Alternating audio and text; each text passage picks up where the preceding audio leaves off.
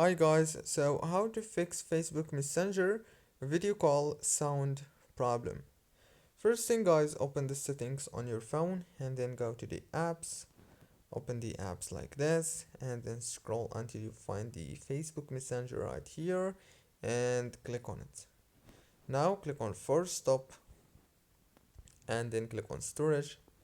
Click on clear data and click on delete. Go back again, click on permissions. Make sure that all the permissions are enabled.